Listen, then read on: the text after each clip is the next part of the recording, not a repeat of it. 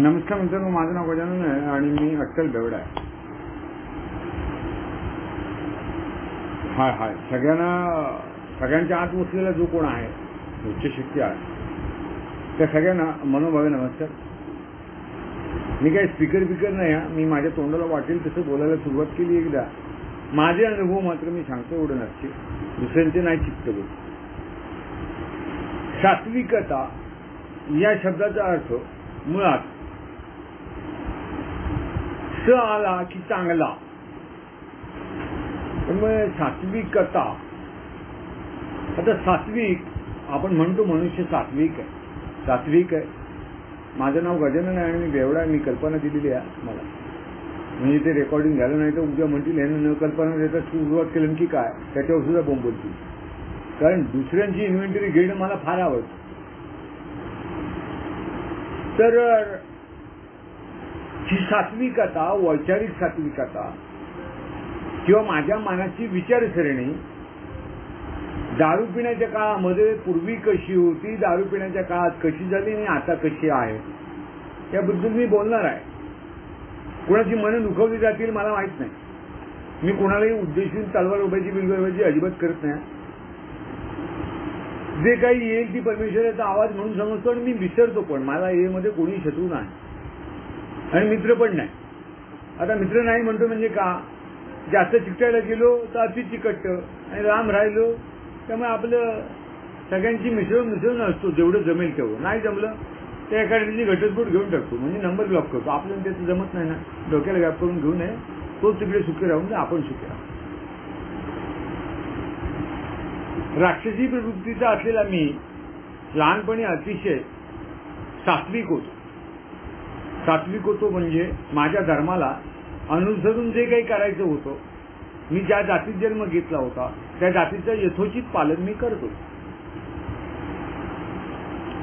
ईश्वर या संज्ञेवर माझी पूर्णतः संकल्पना होती. कारण आईनं माझ्या नवस बोललेला होता की आता मुली 3 झाल्यात, आता होऊन रे मुलगा, आणि मुलगा झाला तर 8 वर्ष पुढचे त्याला समजायला लागले की 8 वर्ष तो तुझी पूजा करेल. त्या काळी म्हणजे माझं आता वय 45 आहे. त्या काळी आम्ही ऐकायचो आई वडिलांचा. आता ऐकतात का नाही मला माहिती नाही, कारण माझा एक मुलगा आहे तो अजून ऐकतोय. नंतर काय करेल ते पण मी शाश्वती देतो.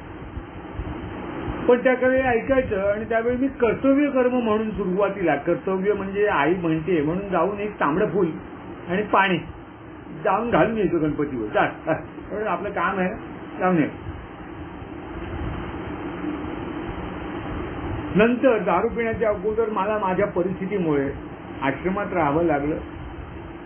काम करा शिका या तत्वावर रात्री 2 वाजेपर्यंत झोपायचं नाही, 2 ते 6 एवढीच तुझी झोप, असा ठराव करूनच त्या विश्वस्तांनी मला आत घेतलेला होता. तिथे तर मी अतिशय धार्मिक बनलो.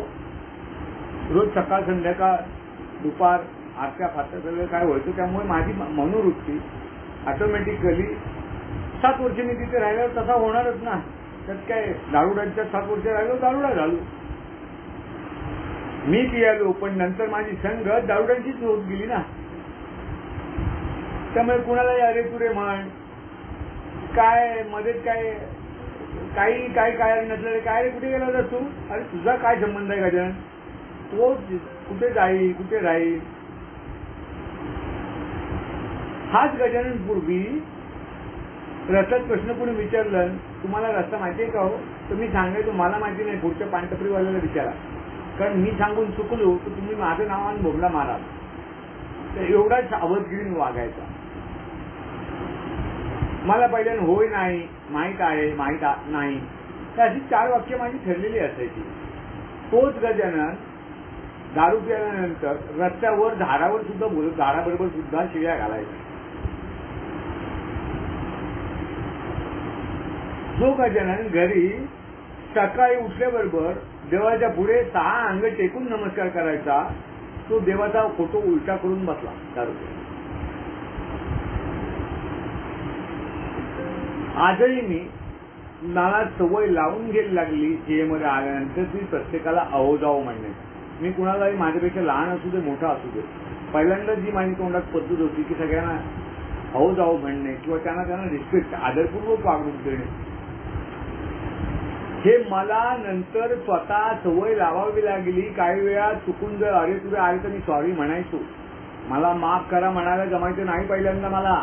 मला सॉरी म्हणता लगेच येतं, पण मला माफ करा असं म्हणायला लगेच येत नाही. प्रयोग करून बघा घरात जाऊ. आपल्या मदर टंग मध्ये आपल्या मातृभाषेत म्हणायचं म्हटलं की जर अशी जीभ लडकळते. ते शिकायला का लागलं माहितीये का? माझ्या स्पॉन्सरनं एकदा सांगितलं नव्हतं, त्याच्यानं 107 वेळा मला माफ कर असं म्हणून दाखव फोनवर. येड लागलं काय? म्हटलं म्हणतो. तो म्हणाला आता असं नाही, आता प्रत्येकी सॉरी नाही म्हणायचं, मला माफ करा असं म्हण. समजतं तुझ्या लँग्वेजमध्ये तुला किती चुकलायचं नाही. ते सॉरी, हात लागला सॉरी, शिंका आली सॉरी. अरे शिंका आली तर तोंडावर घे, काय एवढे काय तुझे, पाय लागला सॉरी, सगळीकडे सॉरी. खरोखर काय चूक झाली तुला रिअलाइज होते का? आणि त्या रिअलायझेशन मधून, त्या समजण्यातून तुझ्यामध्ये काहीतरी बदल होतोय का हे जाणून घेण्याचं काम आमच्या अल्कोहोलिक अनोनिमस मध्ये आल्यावर मी शिकलो. आता शिकलो म्हणजे पूर्ण झालं का? कुठली डिग्री नाही माझ्याकडे अल्कोहोलिक अनोनिमसची. मी काही अल्कोहोलिक अनोनिमसचा स्पीकर नाही, प्रवक्ता नाही, काय नाही. एक सामान्य सभासद आहे. त्यामुळे मी पूर्णत्वाला कधी जाणार नाही, मला खात्री आहे.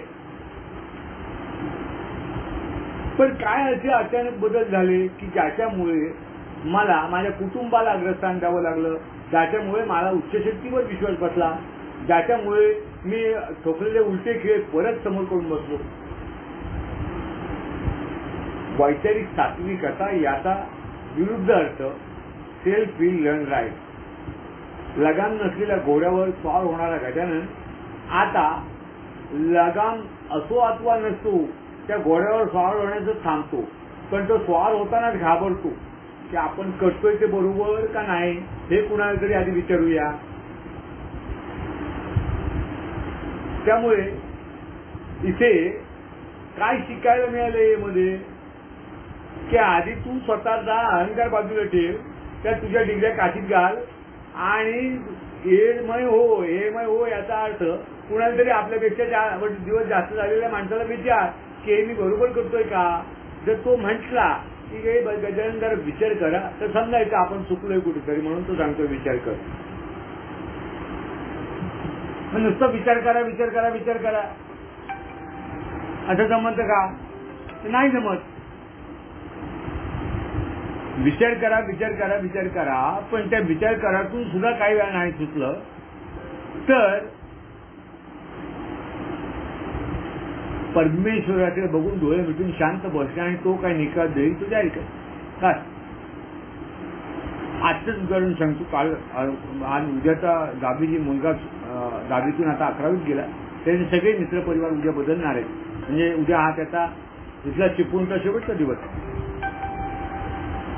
जस्ट 1 मिनिट हा मित्रांनो, मला एक फोन येतोय, माफ करा, मी येणार.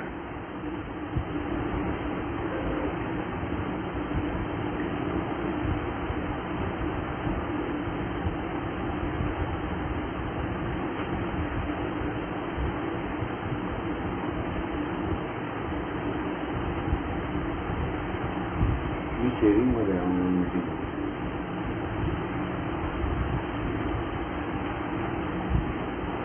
तर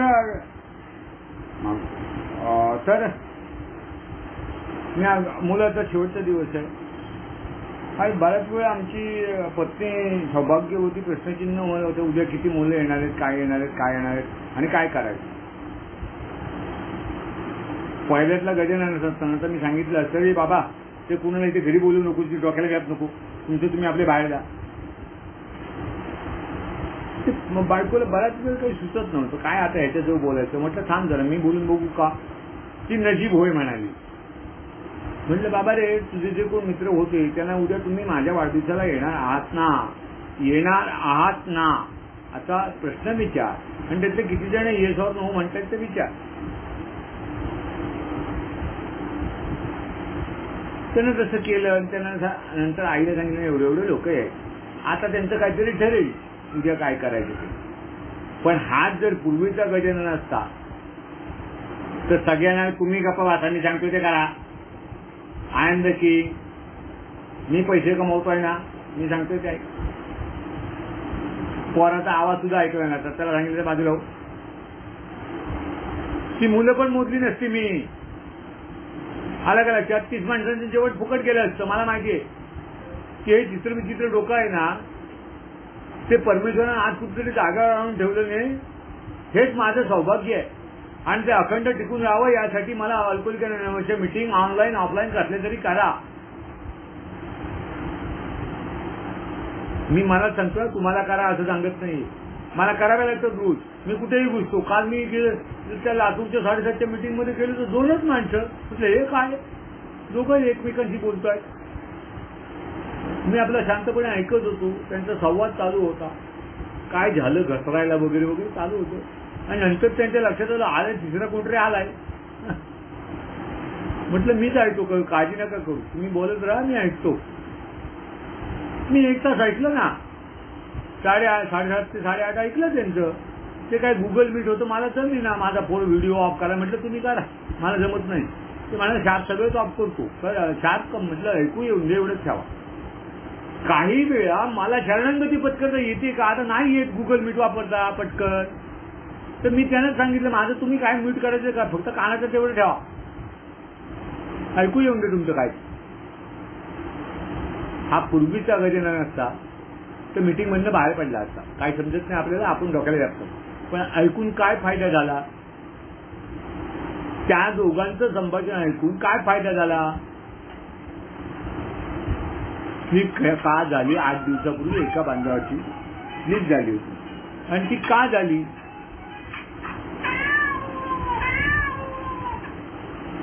स्लिप का झाली तर तो म्हणाला बायको ना मला हवा होता बांगडा आणि बायकोन आणलं काहीतरी वेगळंच मच्छी. म्हटलं मरू दे, झाली नसली आता तुझं काय पुढचं म्हणणं आहे ते ऐकू. मी बदलायला तयार नसेल, प्रार्थना दिवसातनं 100 वेळा म्हटली म्हणजे काय काम होणार आहे का, ती कृतीमध्ये नको का. त्या बायकोनं आपल्या वाईशीकडे बघून आणलं नसेल. मी शेवटी म्हटलं तुम्हाला गरज वाटते तर मला फोन करा, मी बोलेन तुमच्याशी. स्लिप झालेल्या लोकांना जरा काय होतं माहितीये का, आत येणं किंवा लाज वाटणं हे स्वाभाविक असतं. मला माहित आहे, ते मला अनुभव आहे त्याचा. म्हटलं काय असं काही वाटून नसतं घे, झालं ना झालं, आज चांगले आत ना संपलं. पहिला प्रायमरी पर्पज काय, आज सकाळपासून दारू नाही ना पियाले, आनंद आहे, बाकी आता पुढचे प्रश्न सुटतील. पण ते कसे, मी जर सातत्याने मीटिंगला कुठल्या ना कुठल्या तरी उपस्थित राहिलो, कारण काही दिवसानंतर 15 दिवसानंतर मला अशी जाणीव होते की आता मी दारूला नाहीये, थोडासा प्रयोग करून बघण्यात काही हरकत नाही. आणि प्रयोग करायला गेलो की माझा परत गोळा झाला म्हणून समजायचं. गोळा याचा अर्थ त्या ओघाने हात देऊन मला आत आणावा लागतो घरात. त्यामुळे वैचारिक बदलाशिवाय ए मधल्या अल्कोहोलिक अनोनिमस मधली पहिली पायरी सुद्धा सुरुवात होत नाही. कारण मला स्वीकार, we admitted that we are powerless over alcohol. Admitted, not accepted. Heart attack आला ना की नाही जात असतो, अरे चला चला चला चला हलवा हलवा हलवा, आयसीयू झालं, ICCU. तसं काय आमच्यातलं म्हणतो का कोण, अरे मला झालो, अजिबात नाही. एवढा डिनर माझ्या अंगात घुसलेला असतो की ते 20 प्रश्न झाले, जीएसओन जरा शॉर्टकट काढलं 12 प्रश्न, अजून काय. अरे मी तर लोकांना सांगतो बाबा मला हे 2च गोष्टी जमल्या नाहीत म्हणून मी दारूड झालो, ते पण नाही. त्यामुळे परमेश्वराची कृपा ज्यावेळी होईल त्याच वेळी तो आत येणार आहे आणि आत आल्यानंतर बसून राहणार आहे. मी येत राहा सांगून काही होणार नाहीये हे मला 1000 वेळा कळलं तरी आमचा येत राहा जग काय. अरे परमेश्वराची कृपा त्याच्यावर व्हायला पाहिजे ना. ये मध्ये असे बरेच जण येत राहा येऊन गेले आणि बाहेर गेले. माझ्याच ग्रुप मधले 3 जण समोर मेलेले मी बघितलेले आहे.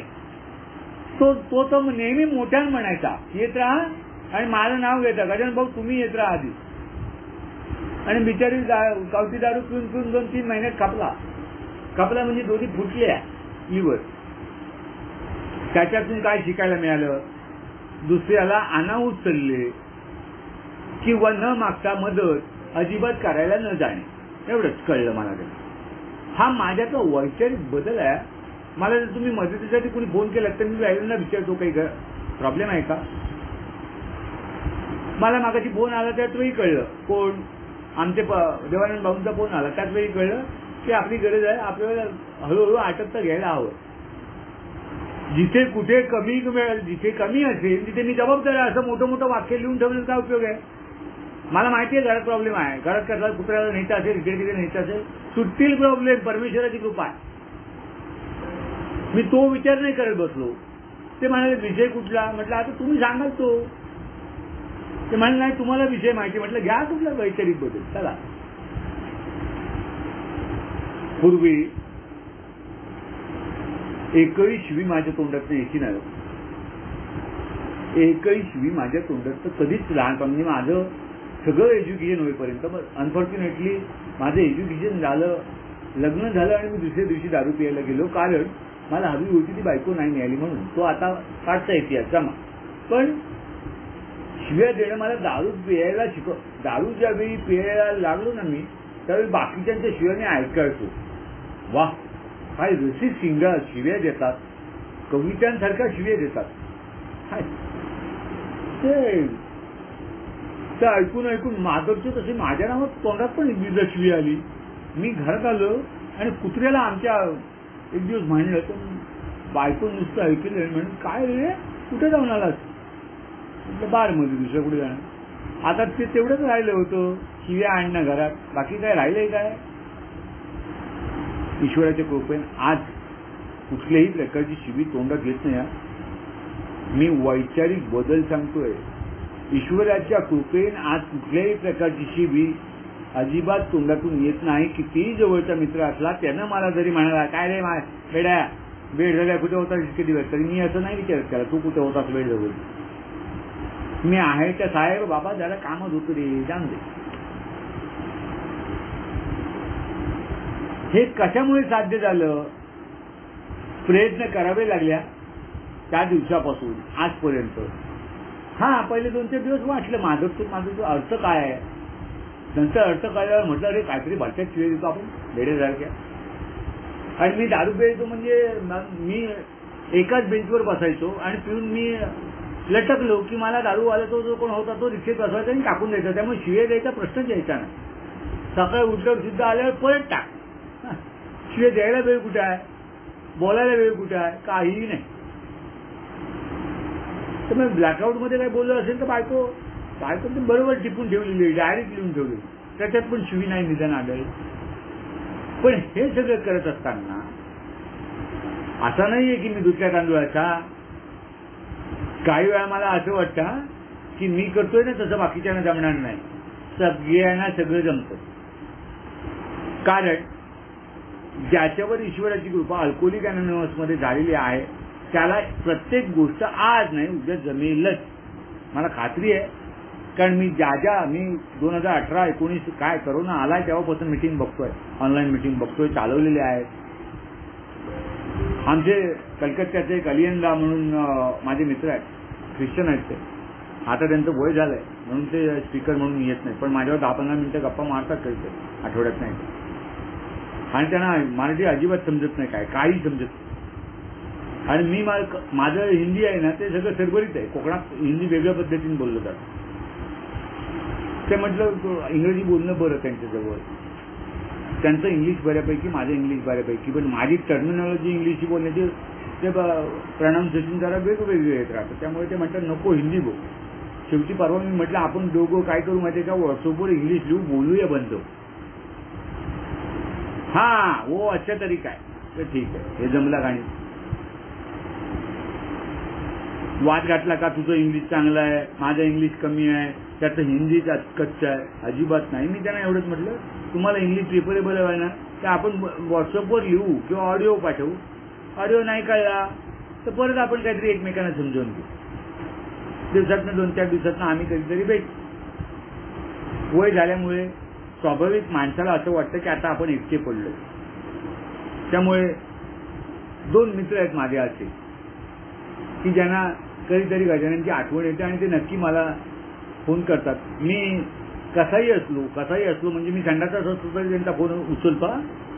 कारण का माहितीये का, त्यांना माझी आज गरज आहे तशी मला कधीतरी गरज लागणार आहे याची जाणीव मला झालेली आहे. आज त्यांच्या घरात मुलगा अभिनंदनचा भलतीकडे, बायको स्वर्गस्थ, असं असताना ते आज कुणाकडे तरी आले बघतायत. गजानन माझ्यावर 15 मिनिटं बोलेल, 10 मिनिटं बोलेल, त्याला वेळ असेल तसं बोलेल. का बघतात? त्यांना माहिती आहे की त्याच्याकडे वेळ नसताना तरी गजानन बोलणार. ज्यांची अशी श्रद्धा आहे की गजानन बोलणार आणि मग ते एखाद दिवशी मी नाही बोललो तर ते मला आपुलकीन जवळून फोन करतात, गजानन काही प्रॉब्लेम आहे का, मी मदत करू शकतो का तुला. आपोआप मी दारूपासून लांब राहण्यास मला परमेश्वर मदत करतो. त्यामुळे माझे स्पॉन्सर सोडून मी अनेकांना का फोन करतो, तर उद्या मला कुणाची गरज लागेल याची काही शाश्वती देता येत नाही. कारण आजचा दिवस मी सोबर आहे, उद्या माझा गोबर होईल, दारूतून धिंगाणा चालू होईल हे मला काहीही माहिती नाही. मी काल आणि उद्या यामध्ये पूर्वी नेहमी सतत असायचो, त्यामुळे वारंवार दारू प्यायला लागायचो. आज मी फक्त आजच्या दिवसापुरता विचार करतो म्हणून सकाळपासून सोबर आहे. बाकी वाचत नाहीत लोक ऑनलाईन मिटिंगला, पण फक्त आजच्या दिवसासाठी आमच्या स्पीकर मिटिंगला पण वाचत नाहीत. आजपासून सुरुवात करू पण फक्त आजच्या दिवसासाठी नीटनेटके दुसऱ्यांच्या चुका न शोधण्याचा व माझ्याशिवाय अन्य कोणालाही न सुधारण्याचा प्रयत्न करायचा. हायला मी तर उलटच करायचो. दुसऱ्याची चूक मला आधी दिसायची, माझी चूक नंतर, दुसऱ्यांना दाखवल्यानंतर. आणि दुसरा माझ्या वाटेला का जायचा नाही, कारण मी बोलायला एकदा सुरुवात केली ना की थांबायचा नाही. तो म्हणे मरू दे, गजानन ही भानगडच नव्हती. त्यामुळे कुठे थांबायचं. आता परवा आमचे स्पॉन्सर म्हणे, गजानन तू मीटिंग चालवताना ऐकतोस ना, ते पण फिक्शन आहे, परत ते पण इंग्लिश. तेव्हा हिअरिंग आणि लिसनिंग मध्ये फरक आहे. हिअरिंग म्हणजे नाही पंकली सोनारे इकडून तिकडे गेले वारे, आणि लिसनिंग याचा अर्थ ऐकलं, त्याचा विचार केला, विचार करून त्याच्यातलं योग्य काय अयोग्य काय हे ठरवण्यासाठी स्पॉन्सरची मदत घेतली आणि मग कृतीमध्ये आणायचं ठरवलं. बघा काय आता काय म्हटलं, आता उद्यापासून सांगतो काय नाही कळलं तर आता जाऊन दे. वयस्कर आहेत त्यामुळे त्यांना पटकन ऐकू जात नाही, त्यामुळे मी आपलं पटकन बोलून टाकलं. आणि नंतर दुसऱ्या दिवशी सांगितलं, म्हटलं काही गोष्टी कळल्या नाहीत ना तर लिहून ठेवलेल्या आहेत व्हॉट्सअपवर, तुम्ही व्हॉट्सअप चेक नाही केलं. मग ते व्हॉट्सअप चेक करतात, त्याच्यामध्ये असलेले बाहेर येऊन चेक करतात वगैरे वगैरे. तो दुसऱ्याजवळ मदत मागणारा गजानन कधीच नव्हता. एवढा अहंकार ठासून भरलेला होता की गजाननच्या नावाच्या पुढे 7, नावाच्या अगोदर 2, त्या सगळ्या डिग्रिया पाठीमागे घालून घ्यायला लागल्या. त्यावेळी स्वीकार भाव, ऍडमिटन्स, परत एकदा मी ऍडमिटन्स हा शब्द वापरला. जसं मी मागाशी म्हणत होतो ना की एखाद्याला हार्ट अटॅक आला की घाई होते लगेच, अरे आयसीयू आयसीयू. पण आमच्यात असं कोण म्हणतं का, अरे मी दारुडा झालोय पक्का साप. पहिल्या दिवशी आल्या मीटिंग मध्ये नाही, तो 1000 वेळा विचार करणार, तो किती पियालाय, मी किती पियालाय, तो तसा आहे का, मी असा आहे का, मी केलेली कंपॅरिझन. त्यामुळे ऍडमिटेड याचा अर्थ हृदयस्थ मला मान्य झालेला आहे, येस आय एम अल्कोहोलिक. आणि स्वीकार या शब्दाचा अर्थ, आता बघा ना, जवळजवळ लग्न झालं असतं तर ऍडमिट, आणि आता जे लग्न माझं झालंय त्याचा मी स्वीकार केला. हो ती माझी होती, ती मला मिळाली, वा. आता ही माझी नव्हती पण मला मिळालेली आहे, त्यामुळे जमवून घेतलेलं आहे, स्वीकार केलेला आहे. जे काही आहे ते आता आपलं दोघांचा. पण मिक्स झालोय का, मिक्स झालोय का त्या पत्नीशी, आणि माझे विचार जुळतायत का, कुठे नाही जुळले तरी सुद्धा मी कुठेतरी थांबतोय का, मी तिच्या विचारांना कदर करतोय का. आज ईश्वराच्या कृपेत मी जेव्हापासून दारू पियापासून थांबलो तेव्हापासून पत्नीला जवळजवळ 7 ते 8 गोल्ड मेडल, नॅशनल अवॉर्ड मिळाली.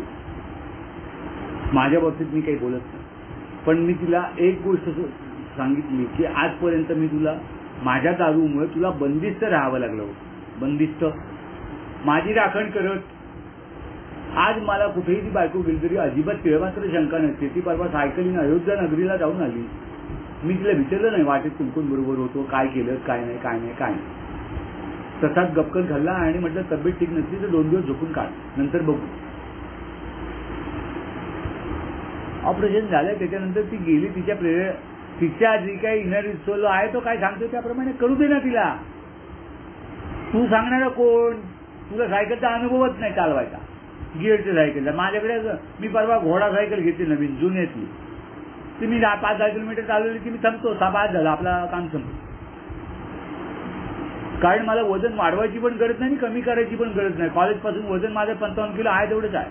कुणाला काहीतरी होतंय आवाज बिवाज काय बघा. काय झालंय? नाशिकवाले आहेत कोणतरी, काय बोलायचे काय त्यांना बघा. हो देवानंद भाऊ काय होतो काय नाही, मी मुद्दा विसरलो. तर हा तुला मी स्वातंत्र्य देऊ शकतो का? आज खुल्या मनानं कुठलीही शंका विरहित कुठेही जाऊन देते. तिला फक्त सांगितलंय तू जाणार कधी आणि येणार कधी, त्या तारखा सांग आणि दिवसात एक फोन तुम्हाला करायचा. बाबा तू शुक्र बाय साप लागेल, बाकी तुझं काय चाललंय ते चालू दे. पैसे लागले तर अगोदरच त्याची तयारी केलेली असते. त्याच्या ठीक आहे, माझ्या खिशात कमी असलेले ते जरी चालतील, तिच्याकडे पुरेसे पैसे आहेत ना हे मी आधी पाहतो. या अगोदर दारू पिताना माझा खिसा भरलेला आहे ना आणि बायकोची पर्स रिकामी आहे ना हे मी पाहायचो. ही वैचारिक बदल होण्यासाठी मला ए मध्ये होणारे संस्कार, ए मध्ये होणारी वेगवेगळ्या लोकांचे अनुभव ऐकावे लागतात. स्पॉन्सरचं मार्गदर्शन वेळोवेळी घ्यावं लागतं आणि साहित्याचा जरूर अभ्यास करावा लागतो. मी अगदी 50% गोष्ट माझा साहित्याचा फारसा अभ्यास नसेल, पण ज्याने अजून साहित्याला हात लावलेला नाही किंवा कार्यक्रमाला सुरुवात केलेली नाही, आमचे साहेब कळकळीने सांगतात की समरसतेने कार्यक्रमाची सुरुवात करा. कोणत्याही प्रकारची काळजी न करता तुम्ही समरसतेने कार्यक्रम सुरुवात. अरे समरसता या शब्दाचा अर्थ तरी कळला का? समरसता तन मन धरून काया वाचा मनोभावे त्या कार्यक्रमाला वाहून घ्या. तुमच्यामध्ये at the end of the 12व्या पालीच्या नंतर काय जाणवेल? Spiritual awakening, having had a spiritual awakening. पण कधी? काया वाचा मनोभावे, याचा अर्थ मन बुद्धी चित्तासही. नाही तर ऐकतोय एकीकडे, कान तिकडे, मन एकीकडे. काय मिळणार नाही हो, मला नाही मिळालं तर तुम्हाला काय मिळणार? मी असा होतो 2 वर्ष मध्ये आणि 2 वर्षानंतर दारू प्यालो. कारण असं भाकरी गरम करायचं ना, आणि ते भाकरी गरम करून करून भाकऱ्यानं मला सजा दिलं. कुठल्या भाकऱ्यात दणबस? दारूच्या भाकऱ्यावर दणबस. अल्कोहोलिक अनॉनिमसनं सजा कुठली दिलं? आता तू तिकडे जाऊन बस. या एप्रिल महिन्यात मी लेडरम वगैरे प्यायचो आणि मग झालं नाही रक्ताचा खालनं वरनं रक्त पडायला. आता उसाचा रस पितो बरं का, पण काय झालं माहिती का? उष्णता जरा जाणवायला लागली ना की लगेच हे होतं, अंगाचे कलर होते. आणि मग त्यावेळी रेडरमचे दिवस आठवतं. अरे एवढं आपल्याला पोचत होतं नाही, आता हे पोचत नाही. आता काय झालं? असं काय झालं? असं काहीही झालेलं नाही. आता शरीर साथ देत नाही दारू प्यायला किंवा कुठल्या गोष्टीला. आता उष्ण पदार्थ खाऊन जमत नाही, तिखट मसालेदार. वय जरी 45 असलं तरी धुमाकूळ घातला ना सगळा दारू पिऊन. त्यामुळे शरीर सुद्धा साथ देताना विचार करेल. यंत्रणा, मसालेदार पदार्थ रोज खाल्ले की पित्त, सगळे रोग चालू होतात हळूहळू. त्यामुळे जेवण सात्विक असावं. वरण भात दुपारी, रात्री जरा जमलं तर शीतलता यावी म्हणून ताक पियावं, असं आमची आई लहानपणा सांगायची. आता आम्ही तेच करतो. परत एकदा ताक प्यायला सुरुवात आता ते विकत आणायला लागतं. पूर्वी घरी म्हशी होत्या. 20 रुपये अर्धा लिटर का 1 लिटर असं काहीतरी आहे. पण आम्ही प्यायला लागतं. कारण का माहितीये का, वातावरणानुसार आपल्याला बदलायला लागतं. पण त्यावेळी वातावरणानुसार मी बदलणारा गजानन छ्या, तो वेटर काही वेळा सांगायचा, अहो नका हे लाल पिऊ, हिरवं पिया, पांढरं पिया, हिरवं पिया, पांढरं पिया. ऐकण्यातला गजानन नव्हता. आज 1 वर्ष झालं गार पाणी पिणे बंद केलं बरं का. जवळ नाही म्हटलं तरी 14 वर्ष मला गार पाणी बर्फ कटाकच चावायचो दुपारचा. 12-1 वाजले ना की बर्फाचा खडा घेऊन चावायचो. इतकी मला आत्म हे व्हायचं. 1 वर्ष होऊन 8 दिवस जास्त झाले असतील. कारण मी 14 एप्रिलला गार पाणी सोडलं गेल्या वर्षी. गार पाणी म्हणजे बर्फाच्छादित पाणी, बर्फ घ्यायला चावायचं.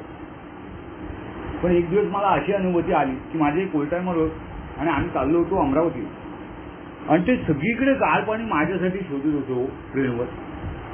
आता 30 वर्ष सोबत असलेला मनुष्य माझ्यासाठी गार पाण्याच्या बाटल्यांची व्यवस्था करतोय. मलाच लाज वाटली. म्हटलं आजपासून गार पाणी पियायचं बंद करू. परमेश्वराला प्रार्थना केली. परमेश्वर म्हटलं आज गार पाणी प्यायची इच्छा देऊ नको, काय असेल ना काय होऊन दे. त्या दिवसापासून आजपर्यंत गार पाणी प्यायचं थांबलं. त्यांना म्हटलं तुम्ही आधी ट्रेनमध्ये चढा, ते गार पाणी मी बघतो, तुम्ही चला. तुमचं वय जास्त झालं, तुम्ही राहिलेत खाली ना तर तुम्हाला लावता पण येणार, वर चालावं.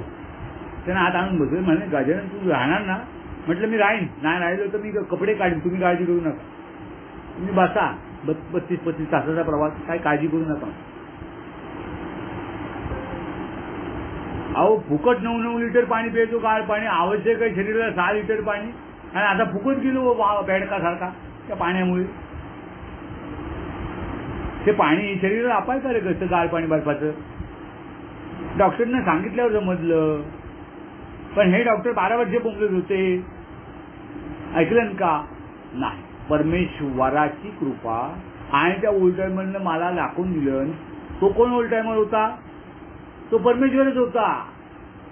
फक्त मला त्याचं आयडेंटिफिकेशन मिळालं की अरे काय त्याला कुठे चालतो. कारण त्यांना सगळं विटीचं स्टेशन पार्ट आहे म्हणून ते आपले धावत होते. म्हटलं अहो धावू नका, ते काहीतरी पडले बिडले तर वनवास होईल नाही. ते बिचारे माझ्यासाठी गाळ पाणी शिकले. तेव्हापासून आतापर्यंत हा माझ्यातला खरोखरच मोठा वैचारिक बदल आहे. 12 वर्ष मला अजिबात साधं उन्हाळा, हिवाळा, पावसाळा माझी बाटली माझ्या बरोबर, स्टीलची गार पाण्याची बाटली, जी 24 तास पाणी गाळ ठेवेल अशी. आणि त्या सुद्धा एक नाही 3 बाटल्या आहेत घरात. आता त्या सगळ्या उकड्या घालून ठेवलेल्या आहेत. याचा अर्थ काय?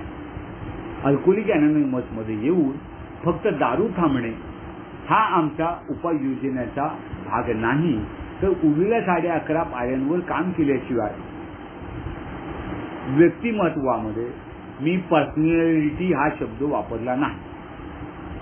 पर्सनॅलिटी डेव्हलपमेंट नाही. व्यक्तिमत्वामध्ये माझ्या स्वभावांमध्ये काहीतरी आमूलाग्र बदलाची अपेक्षा आहे. त्यासाठी उरलेल्या 11.5 पायऱ्या जरूरचा हा काम करतात. मुळात सगळ्या पायऱ्यांना पहिल्यापासून 12व्या पायरीपर्यंत कशाची गोष्ट जरुरी आहे तर स्वीकार आणि नम्रता. आणि हे स्वीकार आणि नम्रता या 2 गोष्टी जर नाही आल्या तर मला नाही वाटत त्या पुढच्या पायऱ्या आपल्या अंगात घुसतील, झिरपतील. किती प्रश्न सोडवा, किती वर्कशॉप अटेंड करा, परमेश्वराबद्दल स्वीकार यायलाच मला परत स्वीकार यायला परत 2-4 महिने. अरे तुझ्या जीवन परमेश्वराच्या आधीन जीवन इच्छा शक्य सुद्धा नाही. We turn our wheel and life. आम्ही हळूहळू आमच्या इच्छा आणि जीवन परमेश्वराच्या इच्छा आणि जीवनाशी सुसंगत करण्याचा प्रयत्न करू. Over to the care of God. परमेश्वर आमची काळजी घेईल जर आम्ही आमची इच्छा आणि जीवन त्याच्याकडे वळवलं तर. सोपवणं कुठलं? इथे पॅन्ट हरवली तर 50 वेळा विचार येतो दिवसभरात. हे कुठे गेलं, ते कुठे गेले, ते कुठे गेलं. तर जीवन कुठलं सोपवतोय? कर्म. एक एक गोष्ट सोपवण्याचा रोजच्या दिवस रोज काय ना काहीतरी प्रयत्न करावा लागतो. जरी मी माझ्या 7ही स्पॉन्सर कडून कार्यक्रम घेतला असला तरी मी आजही पहिल्या पायरीवरच आहे आणि मला एकच दिवस झालाय. याचं कारण मी ज्यावेळी दिवस मोजतो किंवा माझी सॉब्रायटरी किती दिवसाची आहे, सॉब्रायटरी या शब्दाचा मला कळलेला अर्थ दारूपासून लांब बसणे आणि रिकव्हरी या शब्दाचा मला कळलेला अर्थ दारूपासून लांब आहे आणि एने दिलेल्या कार्यक्रम वजा सूचना वजा कार्यक्रमाचा रोजच्या रोज मला जमेल तसा कृतीत आणण्याचा प्रयत्न करणे. आता those 100 people was recovered but not cured. ज्याने बिलकुल लिहिलं नाही असे लोक रिकवर्ड होते पण नॉट क्युअर्ड. क्युअर्ड पूर्णतः बरे होणे. माझा देखील दावा नाही मी कधीही पूर्णतः हा साधू संत वगैरे बनीन वगैरे वगैरे काय नाही आहे तसाच राहणार. थोडा थोडा थोडा थोडा जमेल तसा प्रगतीशील राहील. कोणतरीच काल मला म्हणाल तुम्ही अर्धवेळ आहात का? म्हटलं पूर्णच वेळ आहे. तुला जसं कसं कळलं अर्धवेळा? पूर्ण वेळ आहे. नाही तर दारूच प्यायली नसती. गाढव दारू नाही पियत, कुत्रा नाही दारू पियत. एवढे तू मला विचारतोच म्हणून सांगतो मी पूर्ण वेळ आहे. अर्धवेळा असं नको म्हणून. आणि तू मला वेळा ठरवलास किंवा शहाणा ठरवलास म्हणून माझ्या वैचारिक पातळीवर काही फरक पडणार नाही. मी त्याला सांगितलं आणि फोन ठेवला. फोन ठेवल्याबरोबर त्याचा दुसऱ्या मिनिटात मला फोन आला, गजानन भाऊ सॉरी आहे मी तुम्हाला जरा डिवचलं. म्हटलं तू डिवच नाही तर खवच, मला काय करायचे? काय हे म्हणजे माझ्या जीवन आहे का? अजिबात नाही. मला 24 तास हे मध्ये राहायचं नाहीये. मला दिवसात नाही एकाच 2 तास जमेल तेवढा दिवस मी ऐक की. जिथे प्राधान्यक्रम काय आज बाबा नाही काहीच जमत नाही, आज घराला वेळ द्यायला पाहिजे, त्यावेळी मला माझी जी नियोजित मिटिंग आहे ती घ्यायला लागते. ते बायकोला माहिती 10 वाजता हा मनुष्य बोलवणार 10 ते 8 आणि तो झोपेचा त्यांचा वेळ, त्यामुळे काय फरक नाही पडत. मित्रांनो ओघात भलतच काही बोललो असेल तर मला माफ करा. मी इथे थांबतो जरा कारण मला बऱ्याचशा गोष्टी करायच्या आहेत. तरी सुद्धा जर काही राहिलं असेल तर एक शेवटचा मुद्दा तुम्हाला मी नक्की सांगेन जो कॉमन प्रॉब्लेम असतो माझ्यासारख्या आणि तुमच्यासारख्या. कारण स्वभाव कालचं किंवा आजचं प्रतिबिंब असेल की स्वभाव दोषात साम्यता बरेच आढळेल. चौथी पायरी म्हणजे आमचा गुणदोषांचा गुण आणि दोषांचा मॉरल इन्व्हेंटरी, गुण आणि दोषांचा आढावा घेतला. पण बहुतेकचे लोक दोषच सांगत बसले. कालच मी एकाला म्हटलं तुझ्यात काही गुण नव्हतात का कधी? तो म्हणतो होता ना, छान हे वाजवायचो, काय गिटार वाजवायचो. मग म्हटलं आता गिटार नाही वाजवत? तुम्हाला गिटार वाजवायला घेतली की दारू आठवते? अरे बापरे म्हटलं दारू कशाला आठवायला हवी त्याच्यात? माझ्याकडे म्हटलं गिटार आहे मुलाची ती वाजव माझ्यासमोर बसून. वाजवलं आणि 9-10 वाजता तो म्हटले आता माझी मिटिंग चालू होणार, तुझं गिटार कार्यक्रम बंद करायला लागेल. तुम्हाला काय गजानन आनंद मिळाला? म्हटलं आता दारूची आठवण आली का? नाही मिळाला. म्हटलं तू घाबरत होतास इतके दिवस, काय असं नाही. आमचा मुलगा तिचा ऐकत बसला होता तो गिटार वाजवताना आणि मग त्याच्याकडनं 4-2 बोल शिकला आज जाऊन आणि मग केला. उत्कृष्ट गिटार वादक होता तो आहे म्हणजे अजून हे मेंबर आहेत चिपळूणच्या आमच्या. स्वीकार आला का? तो उत्कृष्ट गिटार वादक आहे. दारुडा आहे पण तो उत्कृष्ट गिटार वादक आहे. त्यानं त्याचा लोप पावलेला गुण काल जागृत झाला ना. तो आता म्हणाला पुढच्या रविवारी परत येईना. मी सुमेधला आमच्या मुलग्याला सांगून गेला मला वेळ मिळाला की मी येईन तुला फोन करू. मग कधी मला फोन आला, म्हटलं आज नका उद्या त्याचा वाढदिवस आहे तेव्हा गिटार वाजवायला या. तू म्हणा किती वाजता येऊ? म्हटलं मी सांगेन, काळजी करू नका तुम्ही, तुम्हाला आणायला मी येईन, सोडायला मी येईन, काळजी करू नका. छान गाणी वाजवतात. काल त्यांनी गाणं वाजवलं नाही की काय ते फार जुनं गाणं होतं मोहम्मद रफीचं, मला आता आठवत नाही, सुंदर बोल होते त्या गाण्यात. दोघंही आम्ही समवयस्क असू.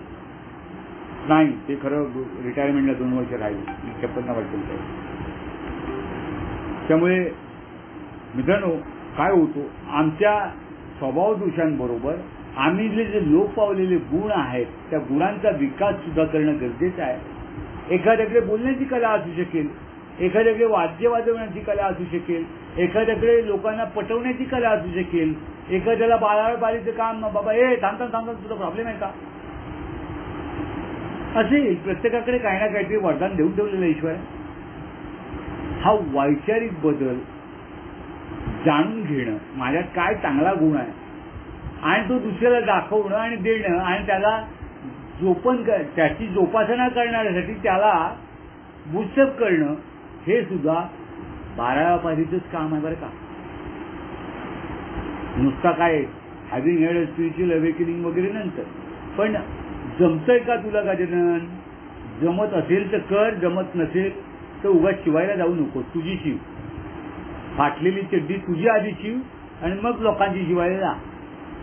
हे सुद्धा मला एळेनच शिकवलं. जे माझ्यापाशी नाही ते मी दुसऱ्याला देऊ शकत नाही, हे उघड सत्य आहे. देण्याचा प्रयत्न केला तर परत गुत्ता म्हणजे बार. बस इथे मी थांबतो. जर काही मी चुकलो असेल तर मला माफ करा. जर कुणाच्या बाबांना दुखावल्या गेल्या असतील, मी कुणाला उद्देशून काही बोललेलं नाही, जर दुखावल्या गेल्या असतील तर मला माफ करा. Over to chairman. थँक्यू.